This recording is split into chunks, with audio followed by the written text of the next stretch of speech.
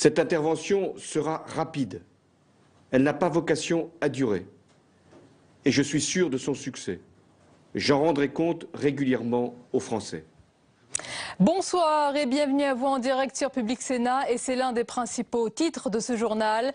Accélération des événements, la France s'engage militairement alors que la situation centrafricaine empire avec une explosion des violences. François Hollande, vous venez de l'entendre, l'assure. L'opération sera rapide et couronnée de succès. Plusieurs questions se posent ce soir. D'abord, que se passe-t-il précisément sur le terrain? Élément de réponse avec l'association Médecins sans frontières. Avons-nous les moyens de ces opérations extérieures? Analyse à suivre de Jean-Louis Gombault. Et pourquoi nos alliés européens ne nous soutiennent pas davantage?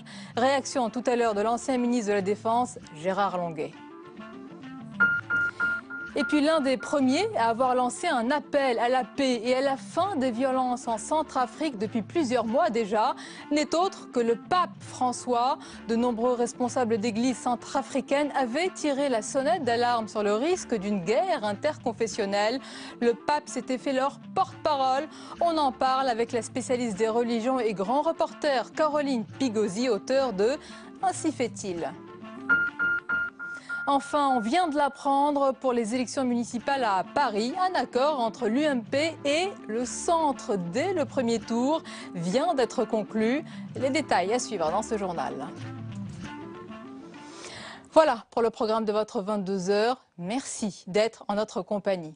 La situation est alarmante, affirme François Hollande. Le seul objectif de la France en Centrafrique est de sauver des vies humaines, précise-t-il. Après un conseil restreint de défense, le président a donc pris la parole pour une courte allocution. On l'écoute.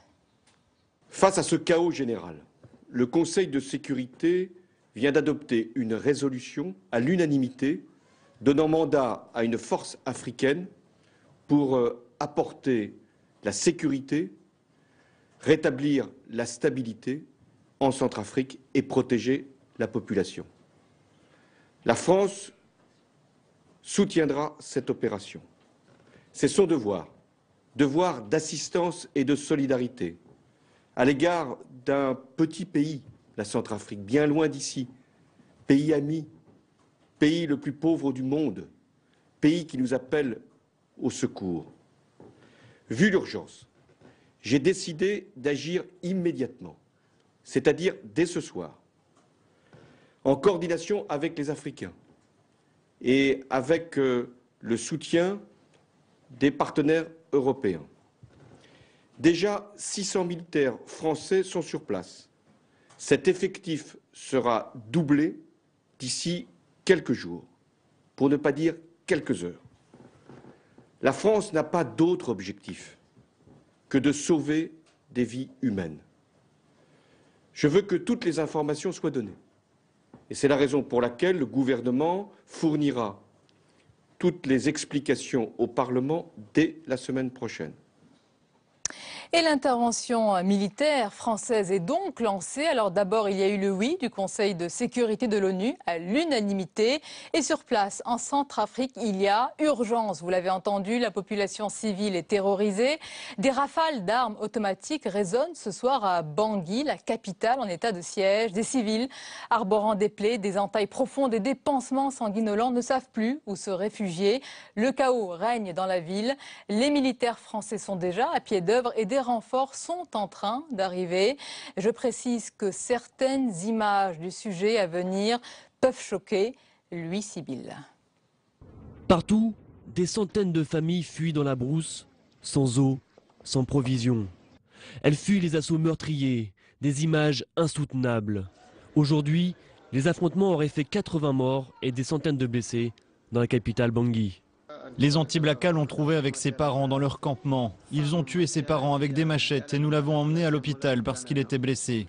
Face au chaos, l'ONU vient de donner son feu vert pour une intervention, un mandat qui autorise les soldats français à prendre toutes les mesures nécessaires pour soutenir la MISCA, la mission internationale de soutien en Centrafrique. Il y a urgence. La Centrafrique est plongée dans les violences communautaires entre chrétiens et musulmans depuis le renversement en mars du président Bozizé par une coalition musulmane, la Seleka. Nous sommes en situation internationale, conformément au droit, de prendre les décisions nécessaires pour éviter la catastrophe humanitaire et sécuritaire qui sinon se profilait en Centrafrique. Au total, 1300 soldats français seront déployés en Centrafrique. Des effectifs doublés pour cette opération baptisée Sangaris. Le chef de l'État a affirmé que l'ensemble des troupes arriveraient d'ici quelques jours, voire quelques heures. Voilà, et dans quelques instants, nous serons en ligne avec l'ancien ministre de la Défense, Gérard Longuet. Mais d'abord, avec nous sur ce plateau, Françoise Boucher-Saulnier, bonsoir. Bonsoir. Et bienvenue, vous êtes responsable droit humanitaire chez Médecins sans frontières depuis déjà plus de 20 ans. Merci d'être avec nous.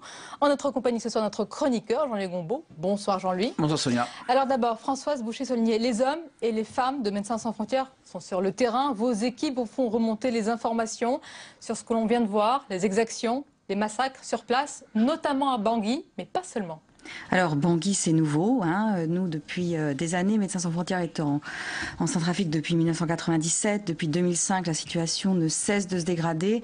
C'est une crise d'abord effectivement de l'État. C'est une crise sanitaire et une crise humanitaire qui s'est amplifiée avec un niveau et une intensité absolument incroyable pendant l'été.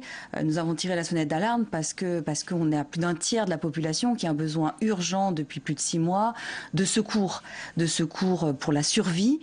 Et puis évidemment, on a aussi l'effondrement de tout le système sanitaire dans un pays qui, depuis 2005, est quand même dans une crise absolument chronique avec plus d'hôpitaux, même le secours au fond global qui traitait la tuberculose, le sida, le paludisme, finalement s'est effondré et tout ça est laissé à la charge notamment d'une organisation comme la nôtre. Vous le rappelez souvent, vous avez tiré la sonnette d'alarme depuis déjà plusieurs mois et pourtant là il y a eu un déclic, il y a eu une accélération des événements. Quel a été le déclencheur de cette opération française? Alors je pense que la prise de conscience elle est réelle, même s'il y a une forme d'autisme politique, il y a toujours d'autres choses à faire ailleurs.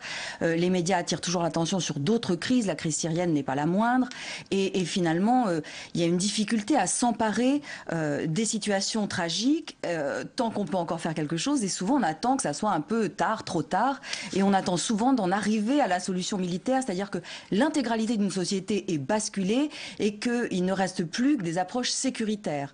Sachant que l'effet pervers, c'est que pendant un certain temps, même les secours humanitaires finalement ne sont pas mis en œuvre parce que le système des Nations Unies est paralysé par l'insécurité. La crise dans le nord du pays, elle est vraiment massive depuis déjà plusieurs années, donc les populations survivent dans des conditions infernales et quand finalement l'insécurité, c'est-à-dire le chaos menace la capitale et menace quand même l'ordre régional parce qu'il y a aussi les enjeux de la LRA, du Soudan, le cœur de l'Afrique et à côté il y a un risque de déstabilisation. Voilà, donc l'enjeu déstabilisation, l'enjeu sécuritaire finit quand même par apparaître, mais on voit bien qu'il est très très loin derrière les agendas humanitaires, même si à ce moment-là, il les reprend à son crédit. Il y a un discours humanitaire qui se déploie, mais qui est très peu crédible quand on voit l'abandon dans lequel le pays a été, la population a été laissée. Est-ce que vous êtes rassurés pour les hommes et les femmes de Médecins sans frontières aussi, qui se trouvent sur place aujourd'hui avec les troupes françaises qui vont arriver? Est-ce qu'il y a une sécurisation qui va s'opérer et un travail plus facile peut-être, même si les conditions, on va le dire, sont très difficiles pour vos équipes? La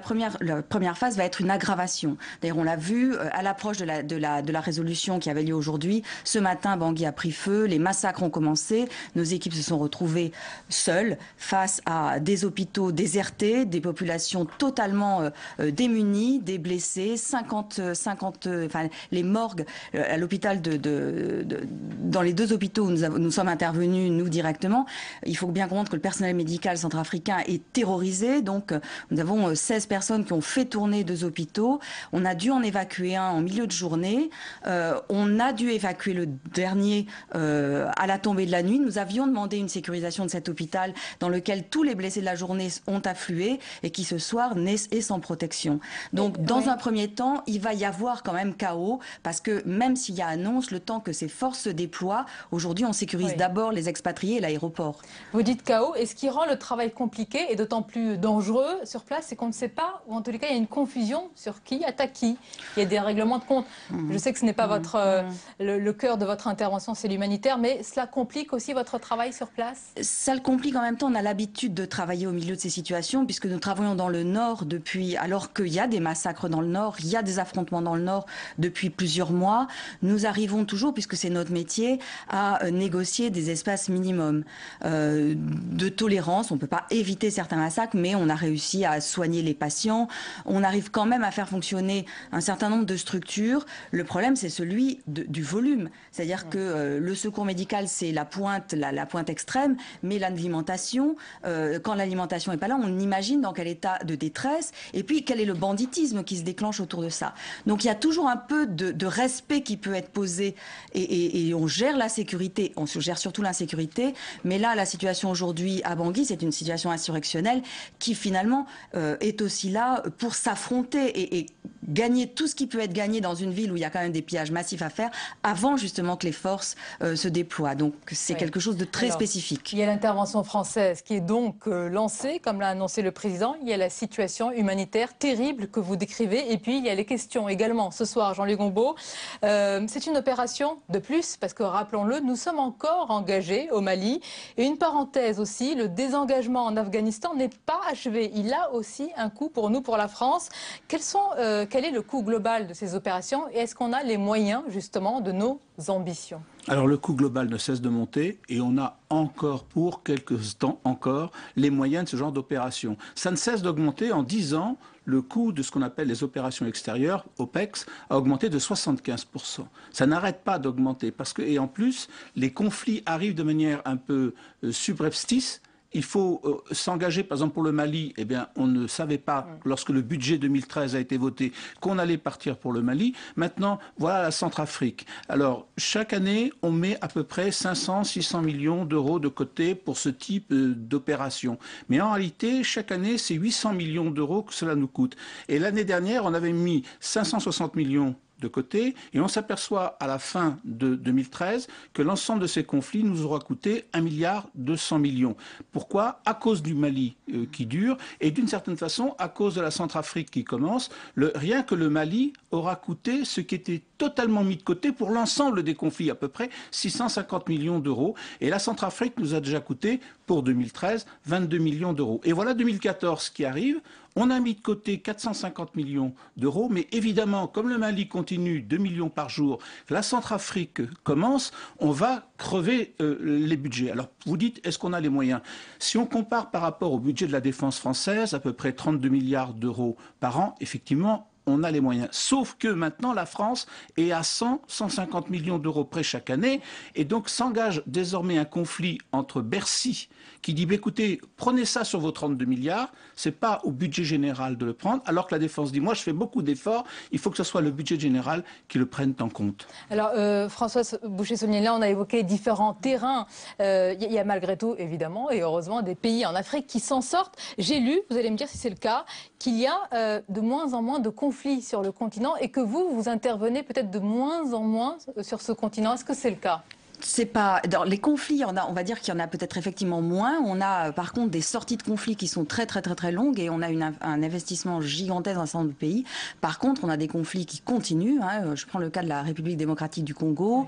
On a quand même beaucoup de lieux qui ne sont pas éteints. On a l'Ouganda toujours, le Tchad, certaines parties du Soudan. Donc nous, on considère que c'est toujours une région à une échelle quand même très large, qui est encore la proie de conflits durs. Par contre, ce sont les mêmes conflits qui effectivement bourgeonnent, marcotent et se déplacent. Là, c'est vrai que la RCA, il y a toujours l'histoire de Laurent Kony. Enfin, on a des rébellions qui trouvent asile à droite et à gauche, et même le Rwanda et l'Ouganda bougent encore régulièrement. Donc c'est faux, c'est faux de penser qu'il qu'il n'y a plus de conflits. Par contre, ce sont des conflits, effectivement, vous le dites, qui durent parce qu'on les éteint un tout petit peu à droite, mais on laisse passer les choses quand même. Pour terminer sur la Centrafrique, quelle est l'urgence pour Médecins sans frontières? De quoi avez-vous le plus besoin aujourd'hui? De quoi la population a le plus besoin sur place? La population a besoin, évidemment, surtout dans les moments de violence, de soins médicaux. Moi, juste un exemple. Aujourd'hui, au moment où je parle, il y a 100 expatriés, 1100 employés nationaux qui sont là, à l'œuvre, actifs, qui étaient déjà présents et qui tiennent les 7 hôpitaux principaux du pays, des centres de santé, des programmes d'urgence à peu près partout, dans les zones en danger, dans les zones de danger et d'insécurité. Mais on a besoin, c'est 6 millions d'euros le budget, rien que pour nous. Donc là aussi, et cet argent, il faut qu'il vienne pour nous des particuliers, parce que quand il y a autant d'enjeux politiques et militaires, il est impératif que notre action arrive à passer pour indépendante et impartiale et qu'elle ne soit pas conçue comme un bras armé des forces qui interviennent pour la sécurité, ce qui est nécessaire, mais qui pour le coup nous mettrait nous en insécurité, sûr, oui. Alors qu'on négocie notre présence non armée au milieu de groupes qui le sont lourdement. Merci beaucoup Françoise Boucher-Saunier, merci pour toutes ces informations. Merci. Et on va justement poursuivre bien sûr ce sujet, sur cette actualité, puisque l'un des premiers grands responsables à avoir alerté sur la situation humanitaire en Centrafrique n'est autre que le pape François. C'était en mars dernier, et 3 jours après le renversement du président centrafricain Bozizé, le pape a lancé un appel pour la paix, contre les violences, les pillages. C'était lors de sa première audience générale devant des milliers de personnes rassemblées place Saint-Pierre. On l'écoute. Je lance un appel pour que cessent immédiatement les violences et les pillages, et pour que l'on trouve dès que possible une solution politique à la crise qui rétablisse la paix et la concorde dans ce cher pays, marqué depuis trop longtemps par les conflits et les divisions. Voilà, c'était donc la réaction du pape. C'était sur la Centrafrique précisément, c'était en mars dernier. Et on accueille à présent la spécialiste des religions et grand reporter à Paris Match, Caroline Pigosi. Bonsoir. Bonsoir. Et bienvenue à vous. Alors on va parler en détail de votre livre, je le montre, Ainsi fait-il, qui a été coécrit avec le jésuite Henri Madelin. Mais d'abord, peut-être un mot sur la réaction du pape François qu'on vient d'écouter. C'était en mars dernier déjà, sur la Centrafrique. Il avait parlé spécifiquement de ce pays, craignant bien sûr le conflit interreligieux, avec toujours au centre de ses préoccupations aussi les chrétiens. D'abord, il est très visionnaire, ce pape. Et puis, il ne faut pas oublier qu'il est très politique. Il l'a toujours été, donc il écoute, il regarde, il sait, il est renseigné. Il vient d'un pays quand même où il y a de la politique à chaque coin de rue. Et ça l'intéresse. Et puis en plus, il a cette idée qu'il faut toujours occuper le terrain, parce que si on ne l'occupe pas, ce sont les autres qui l'occupent. Et il est dans un pays ou dans un continent, en tout cas, où il y a beaucoup d'évangélistes. Et donc, il se sent toujours en compétition avec les autres religions. Il les observe, il les respecte, mais enfin, il veut quand même que les catholiques soient les premiers. Et vous dites, il est très renseigné. Il avait été alerté pour la Centrafrique par les responsables d'églises centrafricaines et au-delà par son réseau diplomatique partout dans le monde. Parce qu'on ne le rappelle pas assez, le Vatican, il a ses antennes, ses relais un peu partout. Et non seulement ces relais, mais ils ont une meilleure sélection. C'est-à-dire que je pense que la CIA, il y a des milliers d'informations qui arrivent, mais elles sont sans doute moins bien triées. Au Vatican, chaque information est réfléchie et triée. Et alors, ce sont quand même les premiers à ne jamais parler au téléphone. Ça fait pas partie de leurs mœurs. On ne dit jamais rien au téléphone. On dit ça va, oui, ça va, ça s'arrête là. Et d'ailleurs, vous faites ressortir cette facette du pape qui est un homme éminemment, vous le dites, politique, engagé sur différents sujets. Sur tous les sujets, toujours. C'est-à-dire sa réaction est d'abord une réaction politique, tout de suite, à chaque instant. Par exemple, là, il y a beaucoup d'anciens présidents de la République qui ont très envie d'aller le voir, parce que tout le monde va avoir sa photo en plus du pape sur le piano. Enfin bon, c'est la dernière photo à voir. Il ne les reçoit pas, parce que s'il en reçoit un, ça crée un précédent, et après ça, il faut recevoir tout le monde. Alors il dit des choses charmantes, il dit j'ai pas le temps, et puis il y a les fêtes de Noël, et puis il y a la crèche du petit Jésus, il y a le petit Jésus dans la crèche. Et bien, en réalité, c'est parce qu'il ne veut pas créer de précédent. Dès qu'il fait quelque chose, il pense, est-ce que ça crée un précédent? D'ailleurs, il est très demandé, on lui demande beaucoup d'audience, donc des présidents. On vient de voir là récemment l'actuel président, donc Vladimir Poutine, et il y a vraiment, on voit le respect vis-à-vis de ce pape. Presque un peu, pas de timidité, mais en tous les cas, on le respecte, on le craint un petit peu. C'est un vrai chef d'État. On oublie que le pape est aussi un chef d'État, un petit État, mais un État influent quand même, qui est partout, et qui est même aux Nations Unies, même s'il ne vote pas. Exactement. Alors je vais préciser que ce livre, c'est d'abord vraiment une formidable enquête minutieuse, fouillée, parce que vous avez suivi François, le pape, depuis son élection donc au poste suprême. Vous vous êtes rendu en Argentine, son pays natal. Vous l'avez accompagné au Brésil. Quel est pour vous, parce que vous connaissez ce pape, vous avez connu évidemment Benoît XVI et vous les avez rencontrés très souvent. Quelle est pour vous la facette de sa personnalité ou l'élément qui vous a le plus surpris, auquel vous attendez pas? C'est un homme qui a énormément de caractère et il est indomptable à mon avis. D'ailleurs, il est tout le temps, il est en mode boulimique et en mode provocation. Il dit des choses terribles, donc il se fait des ennemis tous les jours, il se fait aussi des amis, beaucoup. Et il a une chose qui est intéressante, ce qui est la chose la plus troublante, c'est que vous le lisez sur son visage. Il arrive, vous voyez qu'il est de mauvaise humeur, il est frontal et vous sentez tout de suite. Et puis après ça, les événements arrivent et son visage s'éclaircit. Quand on était par exemple au Brésil et qu'il est allé au théâtre municipal, il était reçu là parce qu'il y avait tout le gratin brésilien, qui avait notamment un gratin catholique brésilien qui avait été très généreux pour son voyage, donc il fallait bien qu'il les remercie. Et pour lui, c'était les privilégiés, c'était l'aristocratie du pays. Ça le mettait de très mauvaise humeur d'aller les voir. Il est arrivé, le visage sombre et fermé. Je me suis dit quand même, c'est pas très gentil pour tous ces gens qui ont été très généreux. Et tout à coup sont arrivés les petits rats de l'opéra qui l'ont embrassé, qui se sont rapprochés de lui, et il est très tactile, il les a touchés, il les a embrassés, ils ont chanté. C'était plus le même pape. En 10 minutes, il était rayonnant. Vous dites d'ailleurs, c'est un personnage de contraste, hein, vous le dites page 150, il prêche la normalité alors que sa démarche personnelle est audacieuse. Ah, mais tout il y le a temps. cette double facette et puis, à chaque comme fois. je vous dis, il est très provocateur. Une parenthèse, parce qu'il paraît que le pape, oiseau de nuit, hein, qui s'octroie donc des sorties, mais pour aller à la rencontre des pauvres, vous croyez que c'est la réalité? Moi, j'y crois pas du tout. J'y crois pas toujours pour des raisons très politiques. C'est que s'il va, par exemple, voir la communauté de Sant'Egidio, ce qui pourrait le tenter, c'est vraiment une chose qu'il aurait envie de faire. D'ailleurs, il a dit qu'il aurait aimé se promener et tout. Mais bon, ça veut dire que s'il voit Sant'Egidio, il doit avoir d'autres communautés. Ça devient très compliqué. Là aussi, c'est un geste politique. Et puis, il est quand même très respectueux des gens qui l'entourent, de sa sécurité, du personnel, justement. Et là, c'est vraiment leur compliquer la vie. S'il arrivait quelque chose, vous imaginez. Donc, il est plus respectueux du personnel que du gratin, mais en tout cas, pour eux, ils ne le feraient pas. Alors, il y a la personnalité du pape, hein, qui est aussi au cœur de votre livre. Il y a aussi la réforme, les réformes engagées, Jean-Louis Gombault notamment, et les installations de commissions. Il y a une commission qui a été installée sur la Banque du Vatican. Là aussi, il bouscule les habitudes. Alors, je vous disais tout à l'heure que c'était un chef d'État et qu'il était très politique. Alors, peut-être pour ça qu'il a compris qu'il fallait agir tout de suite dès qu'on est élu, nommé pape, parce que si on attend un peu trop longtemps, on perd un peu de crédibilité, et donc il faut frapper tout de suite. Et je crois que sur cette affaire de la Curie et de la Banque du Vatican, sur laquelle vous m'invitez de parler, il a décidé d'agir tout de suite. Effectivement, cette banque, on la connaît vaguement, parce qu'elle est très obscure, peu transparente, on ne sait pas très bien ce qu'elle fait. Elle est née en 1942, où il fallait quand même financer l'Église des pays communistes, donc il fallait le faire en secret. Des mauvaises habitudes ont été prises, des scandales ont éclaté, on a fait extrêmement de soupçons, et effectivement, il a décidé d'y faire le ménage. Avait un petit peu commencé Benoît XVI, mais là, dernièrement, il a quand même viré le directeur général, puis le secrétaire. Il a nommé un nouveau directeur général, il a viré le secrétaire général et son adjoint. Il faut dire qu'au mois de juin, un prélat a été pris dans une valise avec 20 millions d'euros non déclarés, donc ça fait plutôt mauvais effet, parce que le problème, c'est que c'est une banque.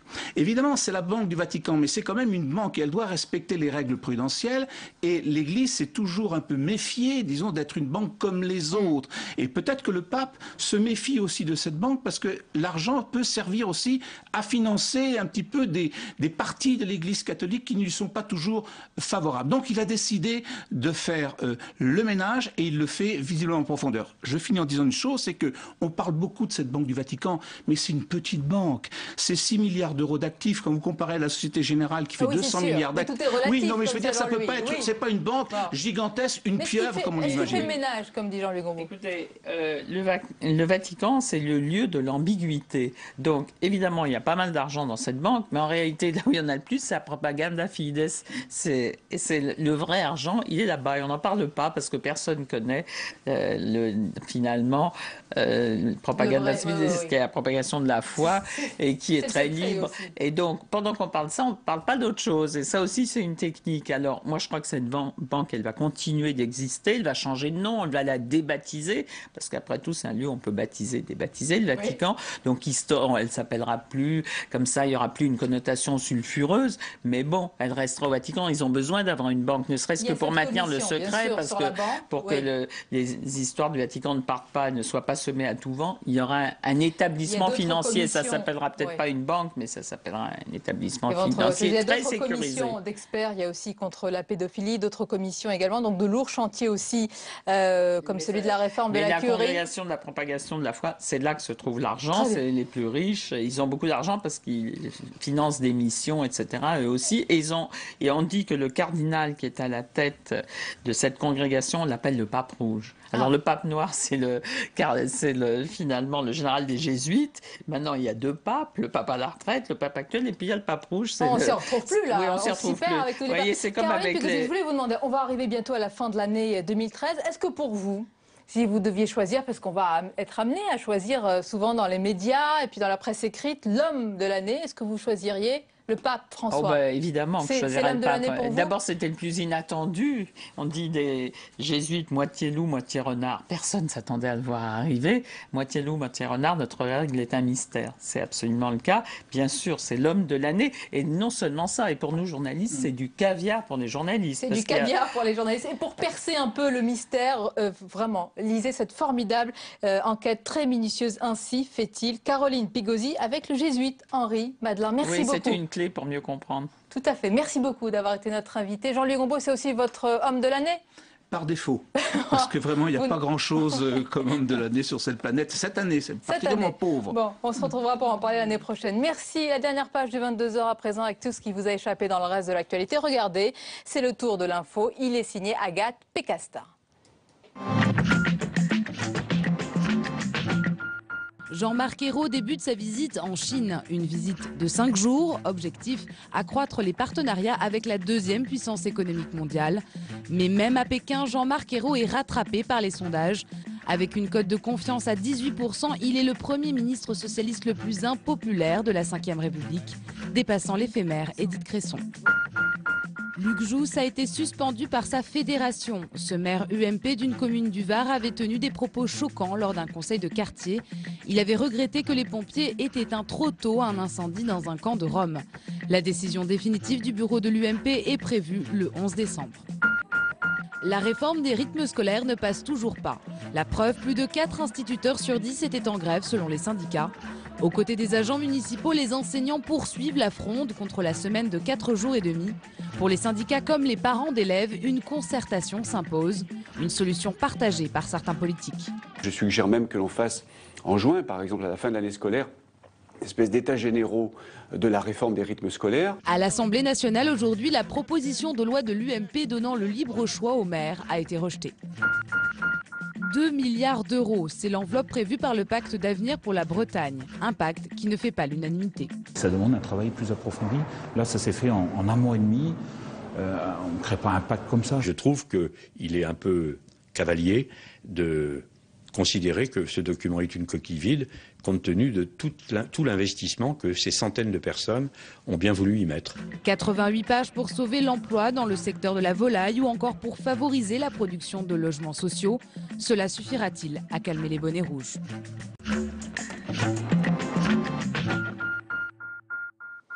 Et on arrive à la dernière page de ce journal. Et comme tous les jeudis, pour se détendre un peu, regardez la semaine d'actu croquée par notre dessinateur Hervé Baudry.